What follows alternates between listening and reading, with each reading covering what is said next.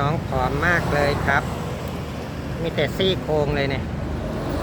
น้องป่วยหรือเปล่าก็ไม่รู้เจอแม่ค้าใจดีต้องป้อนนะครับเนี่ยถ้าไม่ป้อนไม่ยอมกินข้าวบีบใส่กับตับป้อนถ้าไม่ทำแบบนี้ก็ไม่กินนะเนี่ยน้องกินยากแต่ตัวนี้อ้วนมากเลยตัวเนี้ยแต่ตัวนี้ผอมเห็นซี่โครงเลยครับสงสัยป่วย